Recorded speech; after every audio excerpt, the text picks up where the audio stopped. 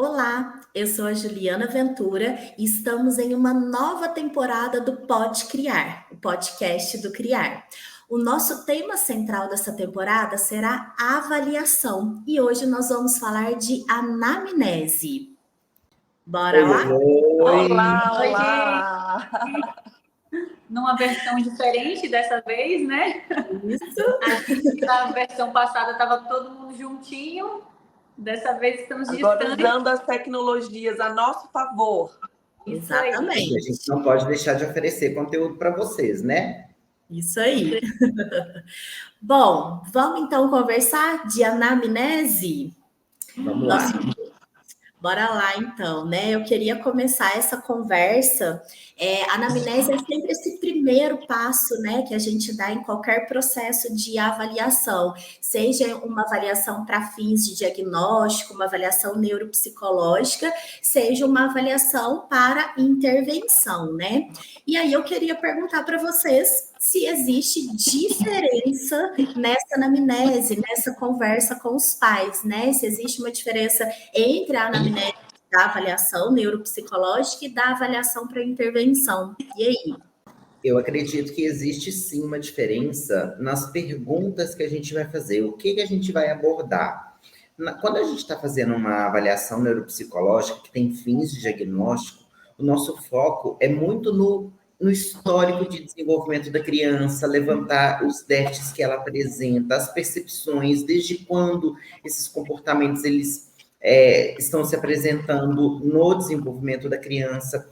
Já na anamnese, para a intervenção, o nosso foco é mais no perfil atual da criança. A gente vai entender tanto das potencialidades que ela tem, quanto das necessidades que ela traz, a queixa da família. Eu acho que isso é o ponto fundamental que a gente tem que focar na anamnese para intervenção, porque todo o nosso raciocínio para criar essa intervenção vai ser baseado nessas queixas.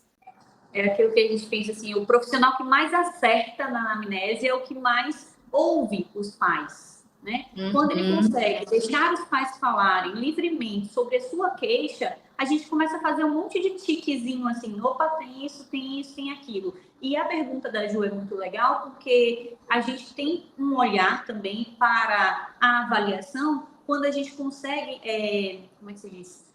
Olhar para minúcias, né? Então, a gente consegue olhar para minúcias do dia a dia, quando os pais trazem esses relatos para a gente. Então, é muito importante abrir a anamnese para os pais falarem, sabe? Eu acho que é legal também a gente pensar em anamnese, que nenhuma anamnese ela vai ser igual à outra, né? E dessa forma, a condução da anamnese, ela conduz a um objetivo, que é quando os pais nos dizem, né, por que eles estão ali. E cada pergunta que a gente faz, ou cada queixa que os pais trazem, isso vai levando a gente para um caminho, né, de não ter perguntas certas, mas a partir de cada hipótese que vai levantando, eu não sei vocês, mas na minha cabeça, quando eu estou fazendo anamnese, a cada resposta dos pais, ou a cada fala dos pais, é como se eu abrisse uma gaveta ou uma porta. Sim, e aí você vai eu estou pensando o tempo todo, nossa, então eu preciso caminhar para cá. Então eu preciso vir para cá. Perfeito. Eu também acredito muito nisso, Natália, porque quando os pais vão trazendo as informações, a gente vai colhendo isso e a anamnese, a gente precisa de investigar a fundo o que eles estão falando. Então, eles trazem uma informação, nós vamos investigar, a gente vai perguntar o porquê, desde quando, né, o que acontece, pedir para os pais trazerem exemplos de como aquele comportamento, de como aquela queixa acontece, porque isso vai trazer informações muito valiosas para a gente construir esse nosso raciocínio clínico. Então, a anamnese é esse nosso primeiro passo para a gente abrir a nossa mente para tentar conhecer aquela criança, conhecer um pouco da dinâmica familiar também, porque na anamnese a gente acaba que entra um pouco nas questões de como que a família funciona, né? Eu acho que isso vai trazendo essas informações para a gente que são extremamente relevantes na construção do plano terapêutico posterior. Sem considerar também Vai, Ju. Não, só um pontinho importante que eu acho que a anamnese também é um momento de acolhida dessa família, né? Então, a gente tem que tomar cuidado também para não fazer disso um interrogatório também, mas ouvir, bem isso que a Nath falou, né? Aquela família tá ali chegando ansiosa, cheia de expectativas, muitas vezes com medo, insegura. Então, é momento de acolhida também nesse primeiro momento com os pais, né? E existem também algumas anamneses de protocolos específicos, né? Como o Protea, que tem um protocolo, uma anamnese muito legal para você se aprofundar em questões de uma hipótese que você levanta. Então, durante a anamnese, a gente consegue olhar, né, para cada coisinha e depois falar assim, opa, acho que eu tenho que me aprofundar nisso daqui para entender melhor. E aí a gente pode usar um protocolo específico, como esse do Protea, que traz muitas informações sobre o TEA, né? Então, deixa eu já aproveitar o gancho disso e perguntar para vocês, né, se existe um formulário pronto, um protocolo específico a ser preenchido no momento da anamnese. Eu gosto muito dessa anamnese que tem lá no Protea, e eu gosto muito de dizer que os instrumentos também, esses instrumentos prontos, eles servem para a gente como inspiração. Então, eu vou me inspirar nesses instrumentos para eu poder saber o que perguntar para os pais, como conduzir essa conversa.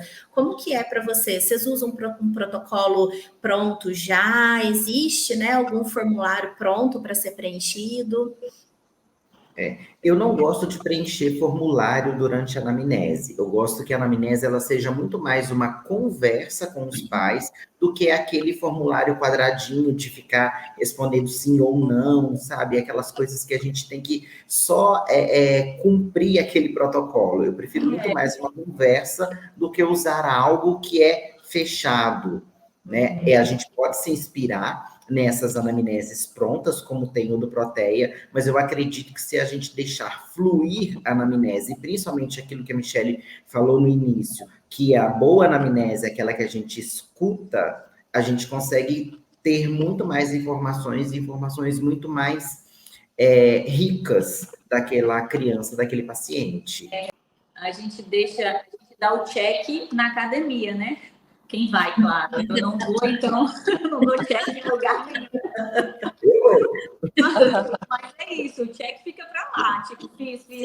No momento da avaliação da anamnese, não é hora de estar dando check, é hora da gente estar ali, né, nessa interação, na escuta ativa para conseguir construir um raciocínio clínico nesse primeiro momento. A forma que eu conduzo a anamnese, o que eu costumo fazer? Eu deixo o paciente falar livremente e, enquanto ele está falando, eu estou fazendo as minhas anotações, porque por mais que a fala do paciente venha de forma desorganizada, ali eu já consigo coletar muita informação. Eu acho que isso é muito importante para ele se sentir acolhido e ouvido. Sim. E aí ele fala, e eu vou e pergunto para ele, que mais você gostaria de falar? Tem mais alguma coisa? E aí ele fala. Com isso, eu já consegui coletar muitas coisas, deixando esse paciente falar livremente. Depois que ele falou, eu vou começar a fazer as perguntas, aquilo que não ficou claro, aquilo que de forma natural ele não pontuou para mim.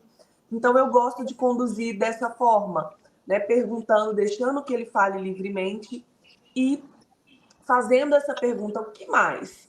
Né? E essa é uma forma da gente mostrar esse acolhimento inicial e ouvir esse paciente. Eu não acredito que uma boa anamnese ela é feita apenas de uma fala livre desse paciente. A gente precisa fazer as perguntas certas, orientar para a nossa investigação. Mas eu acho que no momento inicial é importante a gente deixar esse paciente falar livremente e a fala dele, muitas vezes, já vai ter a resposta de quase tudo que a gente precisa perguntar. E aí, às vezes, esse paciente vira e fala para mim assim, mas eu posso estar falando desorganizado? E eu falo com ele o seguinte, olha, pode me contar o que você acha que é importante e não se preocupe que no momento certo eu vou orientar o que eu preciso saber. Mas agora eu quero te ouvir. E aí, Até porque nesse primeiro momento a família está ansiosa. E se a gente não deixa a família expressar aquilo que ela, as angústias dela, a gente não está sendo acolhedor, a gente não está sendo um bom ouvinte. E a gente não está cumprindo o nosso papel também de escutar essa família, de entender daquilo que angustia ela, que é o que a gente vai pensar para construir um plano terapêutico, né? Ou até mesmo para conduzir uma boa avaliação neuropsicológica. E aí, né, pensando na condução dessa conversa, então acho que a gente funciona muito parecido no processo de anamnese, né? De deixar a família trazer a queixa, de deixar a família contar para a gente, né? Mas a gente tem pontos importantes a serem investigados. Nós vamos colhendo ali a partir do que a família traz, mas algumas coisas a gente vai ter que perguntar. Então, o que vocês consideram que são os pontos mais importantes para a gente investigar na anamnese? David já falou um pouquinho, né? A gente vai entender um pouquinho do histórico da criança, um pouco do perfil atual, né? E a gente vai juntar essas informações, mas dentro disso, o que é importante? O que a gente não pode esquecer na anamnese? A queixa da família, né? Essa é fundamental, é o que a gente mais vai explorar, é a queixa que a família está trazendo. Por que ela buscou a gente? Por que ela está ali conosco? Quem que encaminhou? Por que encaminhou? Né? Então, acho que esse momento, essa pergunta, na verdade, é fundamental para a gente conduzir a nossa anamnese. Eu acho que isso não pode faltar também o histórico de desenvolvimento dessa criança, né? Os marcos, quando ela foi adquirindo habilidades, se existia um atraso. E uma coisa muito importante que a gente precisa perguntar é o Apgar da criança, né? Eu já tive casos de criança com Apgar baixo ali, né? Que são aquela testagem do primeiro momento ali de vida, né? Que detectou ritmo cardíaco, respiração, e que quando existe um Apgar abaixo de 6, a gente precisa estar atento a questões ali que se relacionam também ao desenvolvimento, em risco cardíaco, envolvido e etc., mas o desenvolvimento também. E eu já atendi pacientes, 2 casos até, em que a criança tinha diagnóstico de TEA e foi numa avaliação que eu fiz, e quando eu fui perguntar o Apgar, a mãe falou, não, ela teve no segundo minuto 6. Aí eu falei, nossa, vocês já buscaram, né, uma avaliação com um neuropediatra para entender melhor por quê? E aí essa criança tinha uma lesão bem específica numa área motora e de linguagem. Então, a fala tinha um comprometimento, né, motor. E aí era TEA, entendeu? Então, assim, a gente precisa ter esse raciocínio clínico, entender melhor do que é. Eu digo que a anamnese é juntar pontinhos. Sabe? Sim. Quando a gente junta pontinhos, é basicamente isso. Uma coisa que eu sempre gosto de perguntar, e eu acho que faz muita diferença para um diagnóstico, para a gente entender o caso, é quando iniciaram os sintomas. Então, qual que foi a sua primeira preocupação com essa criança? O início do sintoma, porque isso vai dizer para mim desse histórico do desenvolvimento, mas também o histórico do desenvolvimento do sintoma. Porque às vezes os pais chegaram para a gente aos 3 anos, mas ela vai dizer para a gente, a mãe vai dizer, olha, mas quando ele era bebê, então a minha primeira preocupação foi essa. E aí isso me ajuda muito a pensar clinicamente na expressão de algum transtorno durante todo o desenvolvimento. Então, para mim, uma pergunta que eu sempre lembro de perguntar é quando iniciou? Qual que foi a sua primeira preocupação, a primeira pulguinha atrás da orelha que você pensou assim, epa, pode ter alguma coisa aqui que não tá legal? E outras coisas mais pontuais do desenvolvimento. A gente vai perguntar como que a criança se comunica, qual a melhor forma que ela tem de se comunicar, né? Como que ela se comunica tanto com os pais, quanto com outros adultos e com as crianças. Então, isso é importante. Como que ela responde a comandos. Esses comandos são complexos ou são simples. Qual que é... Perguntar sobre domínios do desenvolvimento, né? Como que ela explora os brinquedos de parque, por exemplo, como que ela faz para alcançar um objeto que está fora do alcance dela, o brincar dela. Sono, né? O sono que interfere demais no aprendizado. Então, como é o sono, como é a alimentação. Sono, alimentação. né? Sim, Porque, olha só, comportamento, eu acho muito importante perguntar sobre comportamento, se existem problemas de comportamento, sobre regulação emocional, sobre até alterações de processamento sensorial, se existem aí, o impacto disso na vida da criança. Então, é muita coisa, né, que a gente precisa perguntar nesse primeiro momento. Eles vão trazer, né? E o brincar dessa criança. Até porque a gente tem que perguntar sobre o brincar, porque a primeira sessão que a gente vai fazer com a criança é brincando com ela. Então é onde a gente vai colher muitas informações do que essa criança gosta de brincar, como que ela brinca com esses brinquedos, se os pais têm oportunidade de brincar com ela, se ela só tem oportunidade de brincar com crianças só na escola, ou se ela tem contato com outras crianças fora do ambiente escolar. Então a gente acaba aprofundando um pouco nas atividades de lazer, então a gente compreende dessa dinâmica familiar. Então tudo isso é importante da gente perguntar. Excelente. E aí, pode ir, Nath. Eu tenho um professor do mestrado que eu lembro de uma aula que ele falou o seguinte, que a anamnese é 90% da nossa avaliação. Então, 90% da nossa avaliação está em fazer uma boa anamnese. E aí eu complemento com o seguinte, que uma boa intervenção começa com uma boa avaliação. Então, a primeira etapa da sua intervenção, ela começa com uma avaliação. E se a gente não faz essa avaliação clínica, a gente não tem bons resultados. Então, a anamnese, sendo o pilar principal de uma boa avaliação, ela vai impactar toda a sua intervenção. Excelente. E aí, para a gente fechar essa conversa nossa, né? A gente sabe que cada profissional conduz esse processo de uma forma. Alguns profissionais gostam que a criança participe da primeira sessão de anamnese. Alguns profissionais conduzem que a anamnese, no primeiro momento, é só com os pais, sem a criança. Como que vocês fazem? Tem um certo, tem um errado? O que vocês acham? Eu, particularmente, não gosto que a criança participe da primeira sessão de anamnese com os pais, porque eu gosto de deixar os pais muito à vontade para falarem, né? Porque é esse momento de escuta que eles precisam de ter. Então, quando os pais têm condições de vir sem a criança, para mim isso é muito mais rico, porque eles não vão ficar preocupados no que a criança está fazendo, se essa criança está pegando alguma coisa que não pode. Então, o foco de atenção deles vai estar na nossa conversa, em trazer informação para mim, e não ficar vigiando a criança ali naquele momento.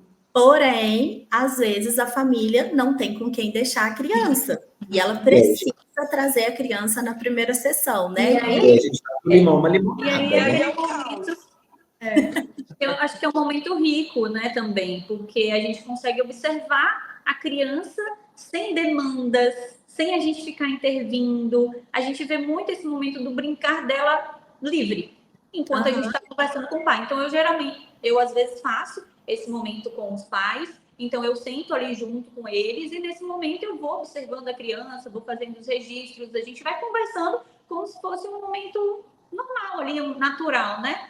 E eu acho muito complicado isso, porque embora eu tenha outros momentos com o pai e a criança, nesse momento da anamnese, acaba que fica mais complicado, porque os pais, eles às vezes não conseguem falar, eles vão estar ali com a criança, e ao mesmo tempo tem questões delicadas que os pais querem falar do comportamento da criança, que eu acho constrangedor falar na frente da criança algumas questões.